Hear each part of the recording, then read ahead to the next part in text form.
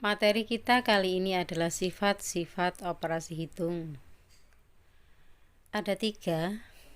Yang pertama komutatif atau pertukaran, yang kedua asosiatif atau pengelompokan, dan yang ketiga distributif atau penyebaran. Tetapi pada video kali ini yang akan kita bahas 2 terlebih dahulu, yaitu sifat komutatif atau pertukaran dan sifat asosiatif atau pengelompokan. Untuk sifat yang ketiga yaitu distributif nanti akan kita pelajari pada video berikutnya. Sebelumnya kita telah mempelajari tentang bilangan bulat dan operasinya, baik penjumlahan, pengurangan, perkalian, dan pembagian. Dengan memahami operasi-operasi tersebut, kita dapat menyelesaikan permasalahan yang ada di sekitar kita. Misalnya menghitung kenaikan suhu, menghitung kerugian, nilai atau skor, dan sebagainya. Pada materi kali ini, kita akan mempelajari sifat-sifat operasi hitung. Karena jika kita memahami dan mahir, maka salah satu manfaat yang akan kita dapatkan adalah kemudahan dan kelancaran dalam melakukan operasi hitung campuran. Nah, sebelum kita menuju ke sifat-sifat operasi hitung, di sini ada materi prasyarat. Ini dapat dikerjakan ada di buku cetak. Ada 3 materi prasyarat yang tertera di buku cetak, bisa dikerjakan karena materi ini sudah kita bahas sebelumnya. Yang pertama, kita akan mempelajari sifat komutatif atau pertukaran. Apakah sifat komutatif atau pertukaran ini berlaku pada operasi hitung penjumlahan? Nah, untuk itu kita perlu membuat tabel penjumlahan seperti berikut ini. Perhatikan di sini ada tabel penjumlahan bilangan bulat yang terdiri dari 10 baris dan 10 kolom. Kemudian di ujung kiri atas itu ada tanda yang berwarna merah, tanda tambah. Ini artinya baris dan kolom ditambah. Perhatikan kolom yang paling kiri, di bawahnya tanda tambah itu ada angka negatif 5, negatif 4 ke bawah ya, negatif 3, negatif 2 sampai angka 5. Kemudian perhatikan lagi dari tanda tambah itu atas ke kanan itu ada negatif 5, negatif 4 sampai ke kanan, ujung kanan angka 5. Kita perhatikan kolom kiri ya, yang di bawahnya tanda tambah, ke bawah itu ada angka 4 yang dilingkari. Itu sebagai contoh. Perhatikan angka 4 dilingkari itu kita tarik ke kanan ya, yang lurus dengan barisan angka 4 ke kanan itu ada angka 7 yang dilingkari warna merah. Nah, itu angka 7 itu adalah hasil dari apa? Hasil dari 4 ditambah atasnya 7. Angka yang paling atas dari 7 itu angka 3. Artinya 4 ditambah 3 menghasilkan 7. Kemudian di situ juga ada contoh bilangan yang diwarna-warni, ada merah, ungu. Nah, yang membentuk garis diagonal itu adalah hasil sebagai contoh ya. Perhatikan tadi angka 4 yang dilingkari, kanannya angka 4 ada angka negatif 1. Angka negatif 1 kalau kita tarik ke atas, nah sampai atas itu ada angka negatif 5. Artinya negatif 1 itu adalah hasil penjumlahan dari kirinya negatif 1, 4, kemudian atasnya negatif 1, paling atas negatif 5, jadi 4 ditambah negatif 5, hasilnya adalah negatif 1. Kemudian kalau kita tukar tadi kan 4-nya ada di sebelah kiri, kemudian negatif 5-nya yang atas. Sekarang kita tukar negatif 5-nya yang sebelah kiri, yaitu di bawahnya tanda tambah persis itu ada angka negatif 5. Kita tarik ke kanan, kita cari angka 4 yang atas itu. Nah, di bawahnya angka 4 itu ada angka yang berwarna merah, yaitu negatif 1. Sama tadi ya, negatif 1 yang berwarna merah adalah hasil dari negatif 5 ditambah 4, hasilnya juga negatif 1. Berarti dapat disimpulkan bahwa 4 ditambah negatif 5 itu hasilnya sama dengan, kita tukar tempatnya, sama dengan negatif 5 ditambah 4, hasilnya adalah negatif 1. Nah, kalian kalau ingin membuktikan, ini bisa diisi semua tabelnya, titik-titiknya diisi semua. Kemudian seperti tadi, perhatikan, coba ditukar, hasilnya akan sama, angkanya ditukar, itu hasilnya akan sama. Sebagai latihan, ini dikerjakan di buku tulis. Kemudian di sini juga ada contoh, ada 3 contoh. Apakah 4 ditambah 3 hasilnya sama dengan 3 tambah 4? Kemudian apakah negatif 3 tambah 5 hasilnya sama dengan 5 tambah negatif 3? Dan apakah negatif 5 tambah negatif 4 hasilnya sama dengan negatif 4 tambah negatif 5? Coba perhatikan. Mari kita lihat hasilnya. Yang A, yang latarnya berwarna pink. 4 ditambah 3 itu hasilnya adalah 7. Kemudian sekarang posisi 4 dan 3 kita tukar. Kalau tadi 4 di sebelah kiri, 3 di sebelah kanan, kita tukar. 3-nya di sebelah kiri, 4-nya di sebelah kanan. Menjadi 3 tambah 4 hasilnya adalah juga 7. Jadi dapat disimpulkan bahwa 4 ditambah 3 sama dengan 3 tambah 4 sama dengan 7. Berarti berlaku sifat pertukaran ya, angkanya kita tukar, dalam penjumlahan hasilnya tetap. Yang B, perhatikan, yang latarnya berwarna biru.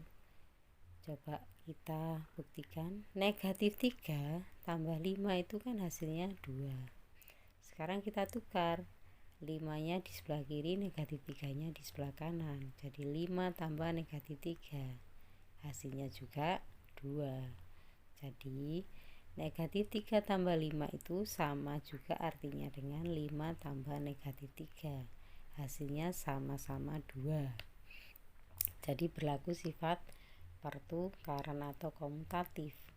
Contoh yang ketiga, yang bawah itu, negatif 5 tambah negatif 4.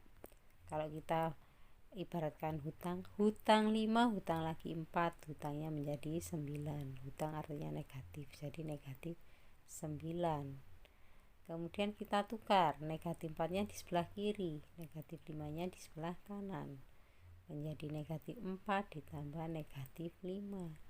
Hutang 4 tambah hutang lagi 5, hutangnya menjadi 9 atau negatif 9. Jadi negatif 5 tambah negatif 4 itu sama hasilnya dengan negatif 4 tambah negatif 5, yaitu negatif 9. Artinya sudah terbukti ya bahwa pada penjumlahan bilangan bulat berlaku sifat komutatif atau pertukaran.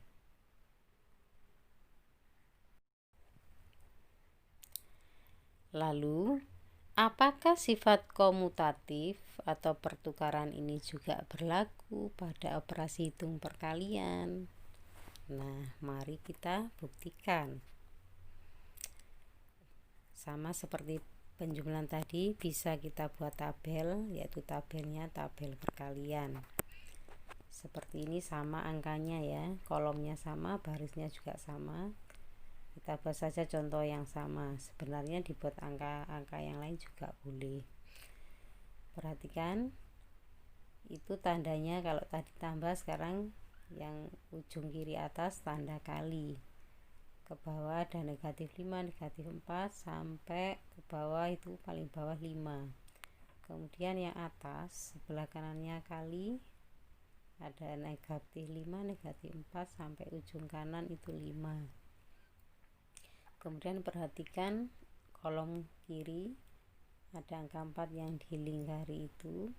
Sebelah kanannya angka 4 ada angka negatif 20.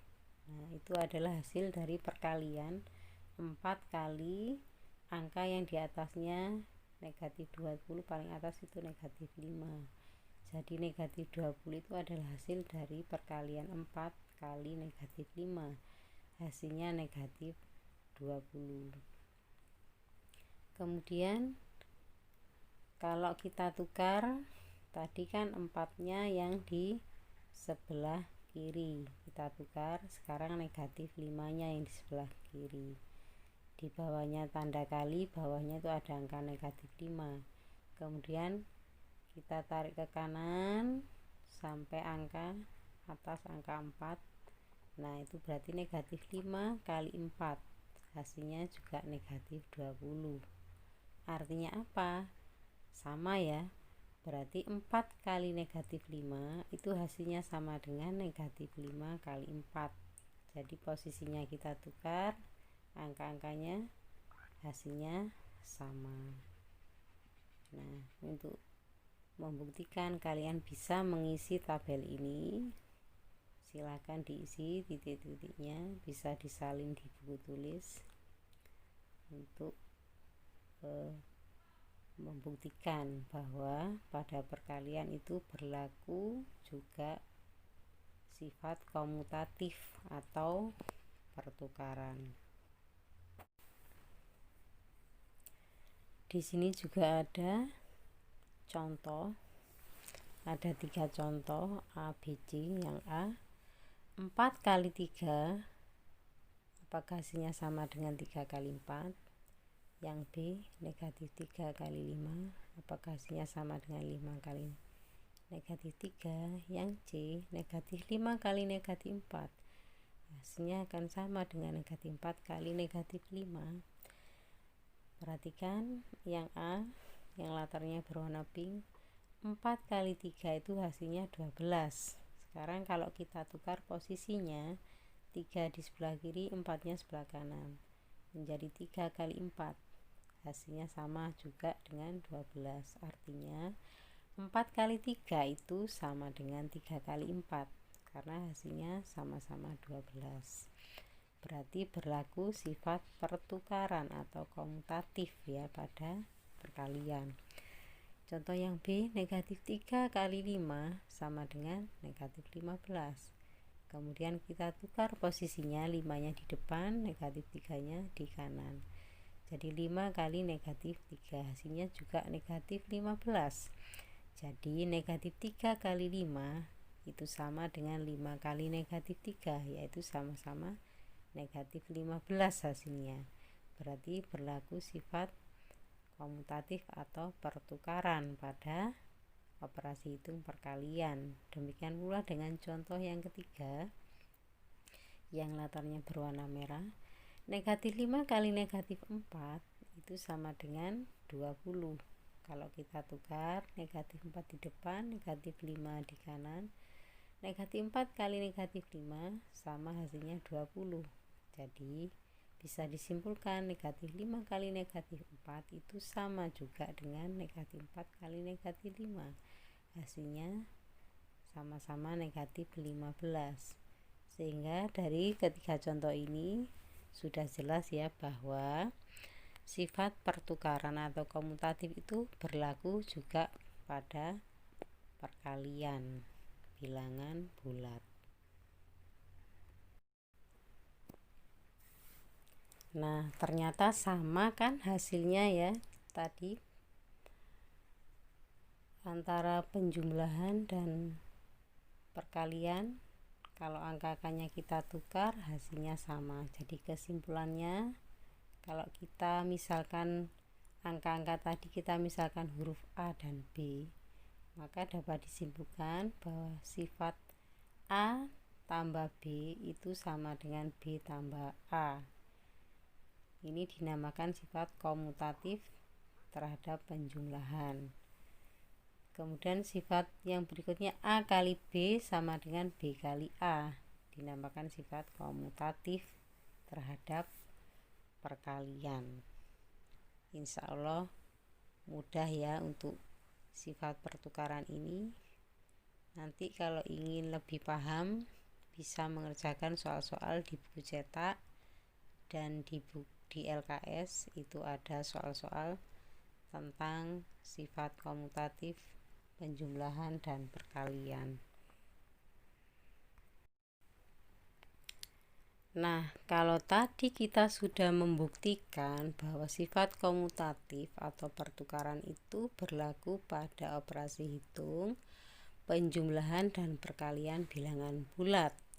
Nah, sekarang apakah sifat komutatif atau pertukaran ini berlaku pula pada operasi hitung pengurangan dan pembagian?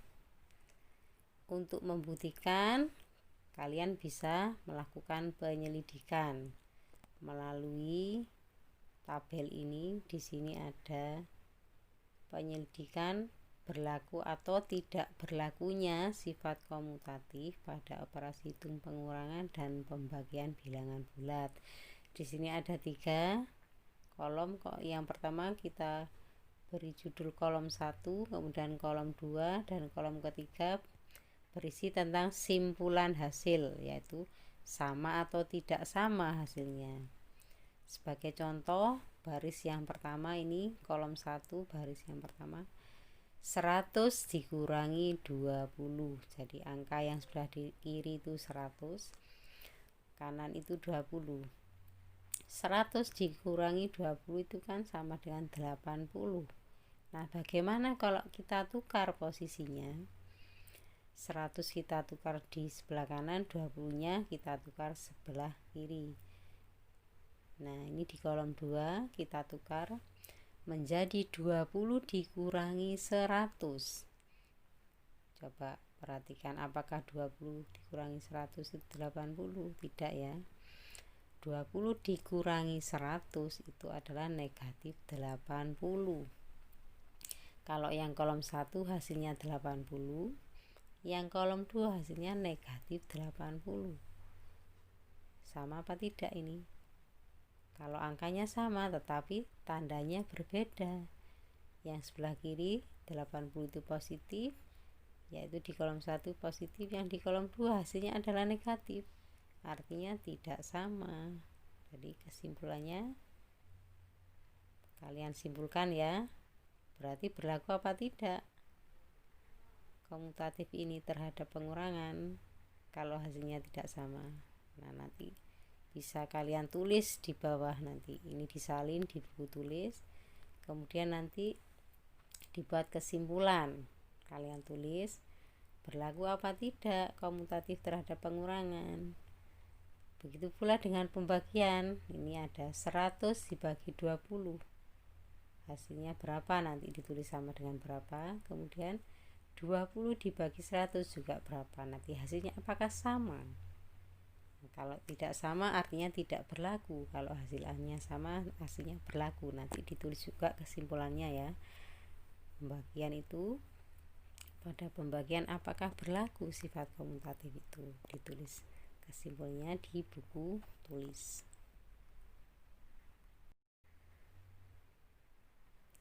Nah, setelah tabel tadi terisi penuh, maka akan terjawab apakah sifat komutatif berlaku pada pengurangan dan pembagian.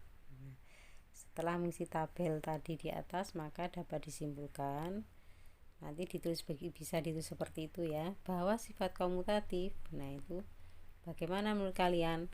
bahwa sifat komutatif berlaku atau tidak berlaku. Nah, di titiknya itu bisa diisi bahwa sifat komutatif kalau menurut kalian setelah diisi tabelnya hasilnya sama berarti berlaku, kalau tidak sama berarti tidak berlaku. Bisa di situ titiknya terhadap operasi hitung pengurangan dan pembagian. Kalau tadi kita mempelajari sifat komutatif, sekarang yang kedua kita mempelajari sifat asosiatif. Dengan kata lain sifat pengelompokan. Jadi artinya asosiatif ini pengelompokan. Sifat asosiatif atau pengelompokan ini apakah berlaku pada operasi hitung penjumlahan? Coba perhatikan contoh di sini. Sebuah truk mengangkut 25 kuintal jagung, kemudian 32 kuintal kedelai, dan 75 kuintal beras. Berapa kuintal beban yang diangkut truk itu? Nah, kalau ada permasalahan begini, bagaimana cara menghitung beban tersebut? Ini coba kita lakukan penghitungan dengan beberapa cara ya. Cara yang pertama dengan menjumlahkan terlebih dahulu 25 dengan 32. Setelah itu hasilnya kita tambahkan dengan 75. 25 ditambah 32 itu hasilnya 57. Kemudian 57 ditambah 75 hasilnya 132. Bisa juga dikerjakan dengan cara kedua. Cara pertama tadi yang dikelompokkan itu 25 dengan 25 dengan 32 itu dikelompokkan. Karena dikelompokkan maka harus ditambah terlebih dahulu. Nah, cara yang kedua yang kita kelompokkan itu adalah dua bilangan yang kanan, yaitu dengan menjumlahkan dua bilangan dari kanan terlebih dahulu. Perhatikan ini 25 ditambah dalam kurung 32 tambah 75. Jadi yang dikurung yang kanan, artinya yang di dalam kurung itu dikerjakan, dihitung dulu. 32 ditambah 75 itu hasilnya 107. Jadi kita tulis sama dengan yang kiri tadi 25 ditambah hasil penjumlahan 32 dengan 75 adalah 107. Kalau dijumlahkan hasilnya 132, sama ya, tadi juga 132. Hasilnya sama tetapi cara penjumlahannya, pengelompokannya berbeda. Kemudian yang ketiga, bisa juga kita menjumlahkan dua bilangan yang paling kiri dengan yang paling kanan terlebih dahulu, boleh juga, yaitu urutannya tadi kan 25 kemudian 32 kemudian 75, yang paling kiri 25 yang paling kanan 75, itu kita kelompokkan 25 ditambah 75 kemudian dikurung, itu artinya dikelompokkan dan dihitung terlebih dahulu, kemudian ditambah 32. Nah, 25 ditambah 75 hasilnya 100. Kemudian 100 ditambah 32 hasilnya 132. Coba perhatikan ketiga cara ini, menurut kalian yang paling mudah yang mana? Diperhatikan cara pertama, cara kedua, cara ketiga, pengelompokannya berbeda-beda ya angkanya. Kalau menurut saya sih, kalau saya yang paling mudah saya itu cara yang ketiga. Kenapa? Karena menurut saya paling enak, paling mudah, paling cepat. Yaitu perhatikan 25 dengan 75 itu kalau kita jumlahkan 100. Itu menurut saya paling mudah. Sedangkan cara yang pertama dan kedua itu menghasilkan 57. Kalau 57 ditambah 75 menurut saya lebih mudah 100 ditambah 32. Demikian pula dengan cara kedua, 25 dengan 107 ditambah, kalau menurut saya lebih mudah yang cara ketiga, lebih mudah 100 ditambah 32. Itu menurut saya. Jadi saya kalau menemukan soal seperti ini, maka yang saya kelompokkan 25 dengan 75 terlebih dahulu. Kenapa? Karena menghasilkan angka 100. Nah, lebih mudah kalau menjumlahkan 100 daripada angka-angka seperti 57, 107. Bagi saya lebih mudah menjumlahkan angka 100.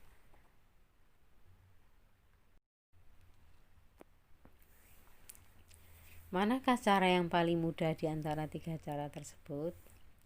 Kalau tadi saya menyimpulkan, bagi saya yang paling mudah itu mengelompokkan 25 dengan 75 karena menghasilkan angka 100. Jadi tips dan triksnya di sini dalam mengelompokkan suatu bilangan, mengelompokkan dalam operasi hitung penjumlahan itu, jika memungkinkan cari bilangan ya. Kalau kita kelompokkan itu, kalau dijumlahkan memberikan hasil dengan satuan 0. Itu akan lebih mudah daripada yang satuannya tidak 0, satuannya 8, 9. Itu kalau kita menjumlahkan terasa lebih sulit. Lebih mudah kita menjumlahkan yang satuannya 0 ya. Kalau kalian sering berlatih, sering mengerjakan, lama-lama akan hafal. Oh, ini tambah ini 100, ini tambah ini 50. Ini ada beberapa contoh bilangan-bilangan yang menghasilkan satuan 0. Misalnya di sini 15 ditambah 25. Itu kan perhatikan satuannya 15 kan 5, 25 kan 5. Kemudian puluhannya itu 1 dan 2. 1 tambah 2 itu 3. Nanti kalau dijumlah yang satuannya 5, tinggal nambah kan 3, tinggal nambah 1, 4. Jadi 40 gitu. Kemudian 25 ditambah 75 itu 100. Ini kalian ingat-ingat. Kalau kalian sudah hafal bahwa 75 pasangannya 25 itu menghasilkan 100. Jadi kalau ketemu soal seperti itu, oh ini sudah 100, berarti pilih ini aja yang dikelompokkan. Nah, makanya kalau kita sering sekali berlatih, lama-lama hafal dengan model-model ini, kita akan hafal. 35 tambah 15. Nah, 3 yang lihat puluhannya 3 dengan 1 itu kan 4. Kalau satuannya 5, berarti tinggal 4 tinggal nambah 1, 5 menjadi 50. Ini ada 18 tambah 82. Satuannya kan 8. Yang kiri, yang kanan satuannya 2. 8 tambah 2 10. Oh, ini 0. Nah, berarti kita pilih ini karena satuannya 0.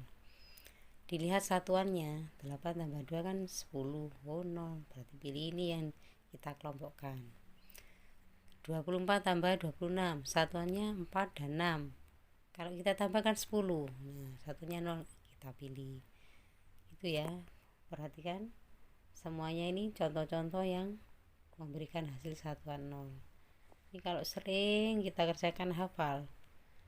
1000 itu perhatikan 125 tambah 875 itu hasilnya adalah 1000. 250 tambah 750 itu juga 1000. 1500 ditambah 500 hasilnya 2000. Nah, maka dari itu kalau di dalam matematika itu, kalau kita sering berlatih, lama-lama akan mahir. Makanya jangan malas untuk berlatih. Sebetulnya tidak ada alasan saya tidak bisa matematika. Kenapa kok tidak bisa? Itu karena kurang berlatih. Coba kalau sering sekali berlatih, tidak malas, kemudian tidak ogah-ogahan, itu insya Allah kalau kita sering berlatih dengan ikhlas, tentunya dengan senang hati, tidak terpaksa, itu insya Allah lama-lama kita akan mahir. Karena matematika itu keterampilan, semakin sering kita mengerjakan akan semakin terampil.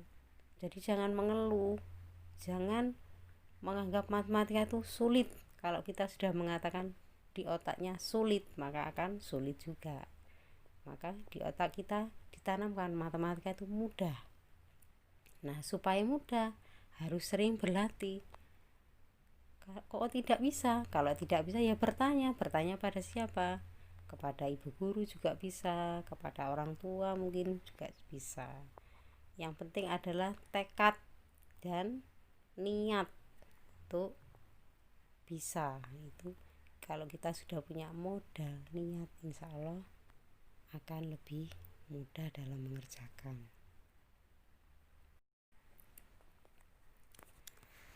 Kemudian perhatikan, apakah sifat asosiatif atau pengelompokan itu berlaku pada operasi hitung perkalian? Nah, berlaku tidak kira-kira? Ayo kita buktikan ya. Dengan contoh berikut ini, perhatikan. Berapakah hasil dari perkalian 25 kali 7 kali 4? Wow, ini ada 3 bilangan. Ada 25 kali 7 kali 4.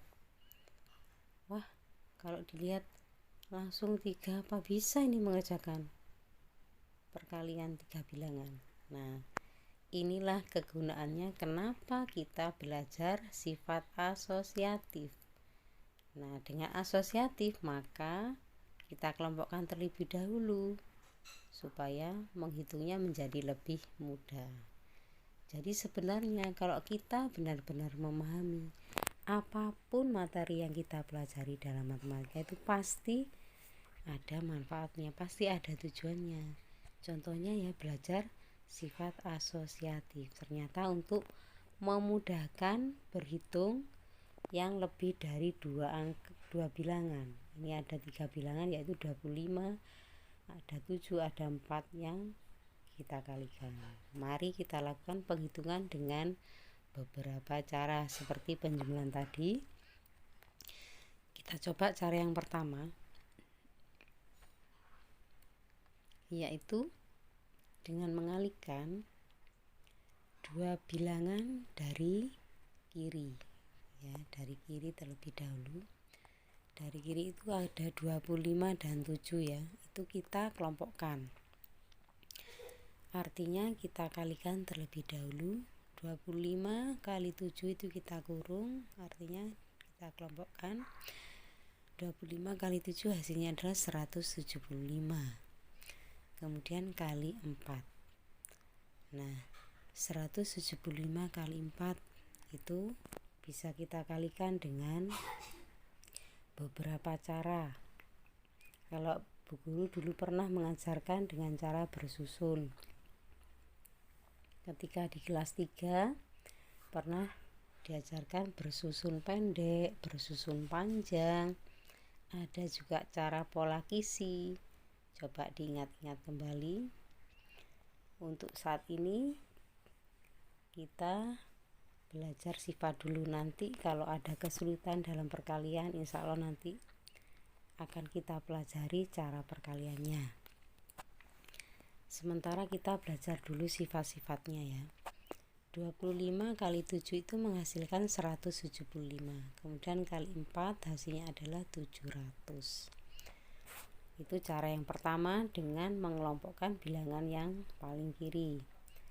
Kemudian cara yang kedua dengan mengalihkan 2 bilangan yang di sebelah kanan terlebih dahulu. Tadi 25 kali 7 kali 4, yang kanan 7 dengan 4 ya, itu kita kelompokkan 7 dan 4, artinya kita kalikan terlebih dahulu. Jadi kita tulis 25 kali dalam kurung 7 kali 4 sama dengan 25, kemudian yang di dalam kurung kita hitung 7 kali 4 itu 28. Kalau lupa 25 kali 28, wah ini menghasilkan berapa? Kalau lupa cara perkaliannya ya susah ya, bersusunnya lupa, waduh ini susah sekali. 25 kali 28 itu hasilnya 700. Kemudian ada cara yang ketiga, pengelompokan yang ketiga, yaitu dengan mengalihkan 2 bilangan yang paling kiri dan paling kanan. Boleh ya, jadi kalau pengelompokanku boleh, yang mana dikelompokkan dulu boleh. Kita cari sebenarnya cara yang paling mudah. Coba perhatikan cara yang ketiga itu Yang paling kiri 25, yang paling kanan 4, itu kita kalikan. 25 kali 4 di dalam kurung terus kali 7. 25 kali 4 itu menghasilkan 100. Kemudian 100 kali 7 hasilnya 700. Nah, perhatikan. Ini ketiganya menggunakan asosiatif, menggunakan pengelompokan semua. Tetapi dari contoh ini kita simpulkan mana cara yang paling cepat, langkah yang paling tepat, yang menurut kita paling mudah. Kalau menurut saya sih yang paling mudah itu yang ketiga. Kenapa? Perhatikan, cara yang ketiga ini mengelompokkannya adalah 25 dengan 4. Saya sudah hafal bahwa 25 kali 4 itu 100. Nah, kalau kita hafal enak. Ini ada angka 25 kali 7 kali 4. Kita amati. 25 kali 4 itu kan 100 ya. Nah, kalau begitu saya kelompokkan yang 25 dengan 4 saja karena menghasilkan angka 100. Nah, kalau saya begitu, saya lebih suka cara yang ketiga. Karena itu tadi menghasilkan angka 100. 100 akan lebih mudah kalau kita kalikan bilangan apapun. Tinggal menempelkan 0, 2, 100 kali 7. Tinggal menempelkan 0-nya 2, 7-nya diletakkan di depan. Hasilnya 700. Dibandingkan dengan mengelompokkan yang pertama itu 175 kali 4. Kemudian yang kedua 25 kali 28. Coba lebih mudah mana, lebih cepat mana?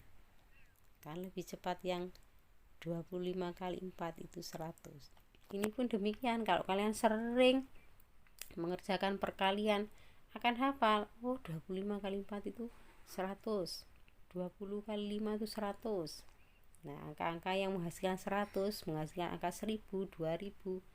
Kalau sering berlatih, lama-lama akan hafal. Kalau hafal tidak usah ditulis, sudah di otaknya langsung. 25 kali 4 itu 100. Nah, itu lebih cepat dalam perhitungan.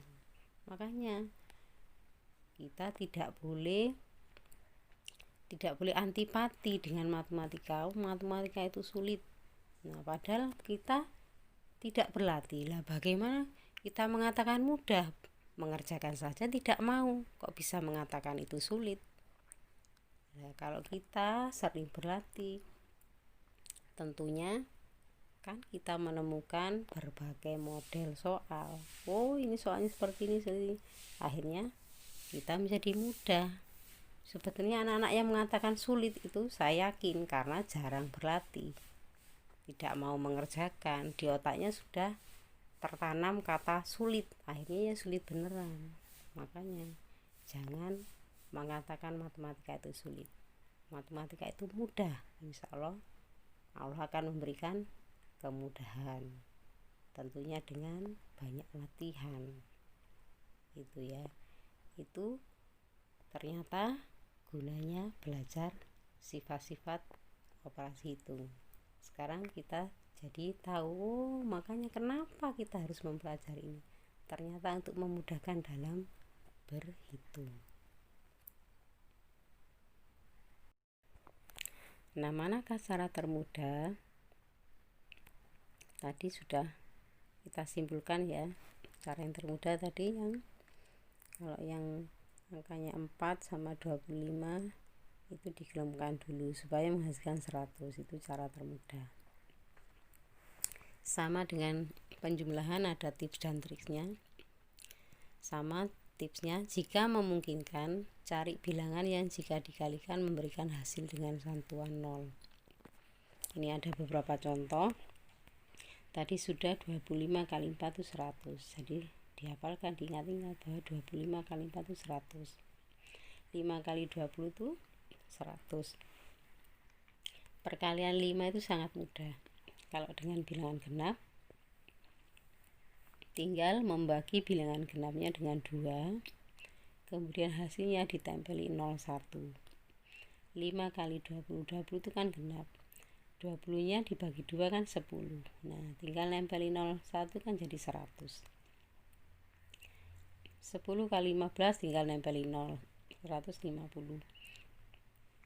Kemudian kalau ketemu perkalian 25 dengan bilangan genap, itu kan kita perlu ingat bahwa 25 kali 4 itu 100. Nah, dicoba bilangan genapnya itu apakah bisa difaktorkan dengan 4. Nah, di sini 25 kali 24. 24 itu bisa kan difaktorkan dengan 4, yaitu 4 kali 6 menghasilkan 24.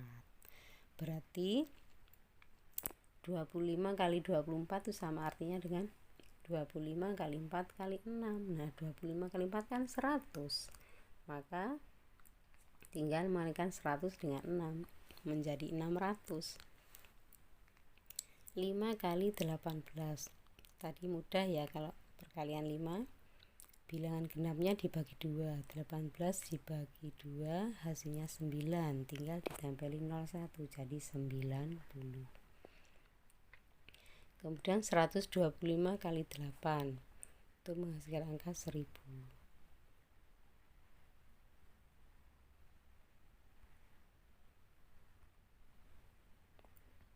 Selanjutnya 4 kali 250 juga menghasilkan 1000. 125 kali 4 itu 500. 15 kali 20 300. Mudah ini, 15 kali 20. 15 kali 2 kan 30, tinggal nempelin 01 300. 28 kali 5. 28 nya bagi 2 kan 14. Jadi 140. Berikutnya 4 kali 750. Nah, ini caranya 750 kali 2 dulu kan 1500. Kemudian 1500 dikalikan 2 lagi, karena 4 itu kan 2 kali 2. Jadi 750 kali 2 dulu. Kemudian hasilnya dikalikan 2. 1500 kali 2 kan 3000.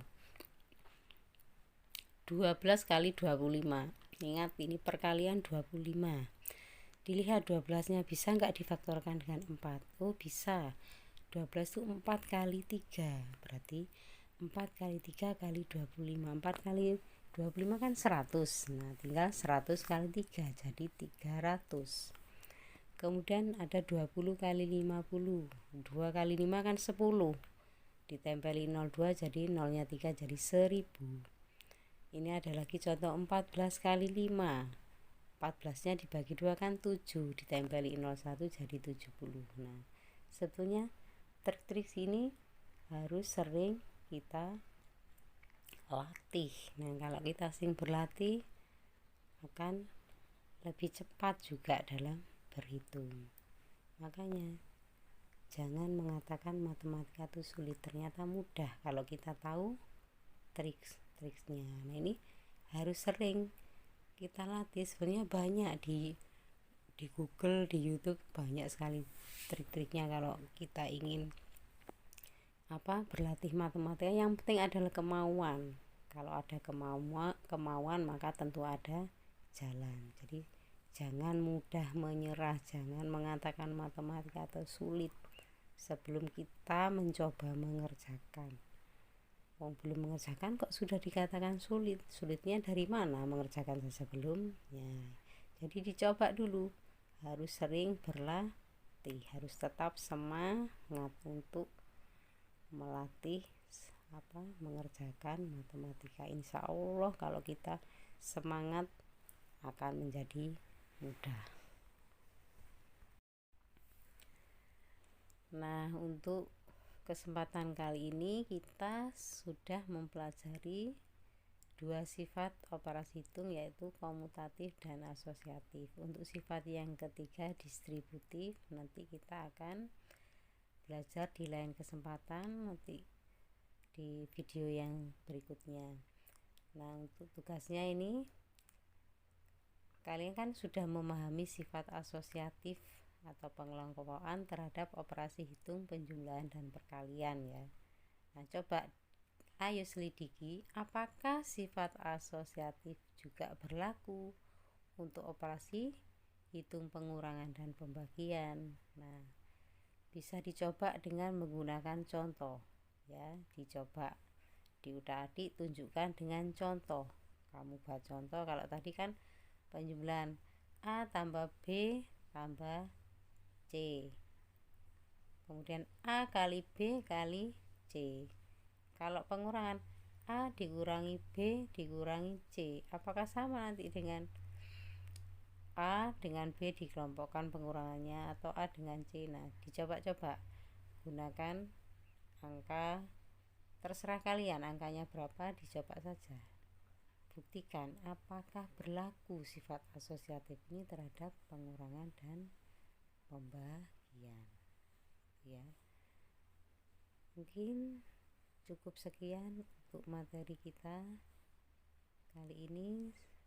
Bisa diulang-ulang lagi secara pelan-pelan, mungkin melihat videonya. Insya Allah kalau sabar, kemudian dengan ikhlas, dengan hati senang, insya Allah akan dapat dipahami. Asalkan yaitu tadi ada niat, ada kemauan, insya Allah ada jalan. Dari saya cukup sekian, sampai jumpa lagi.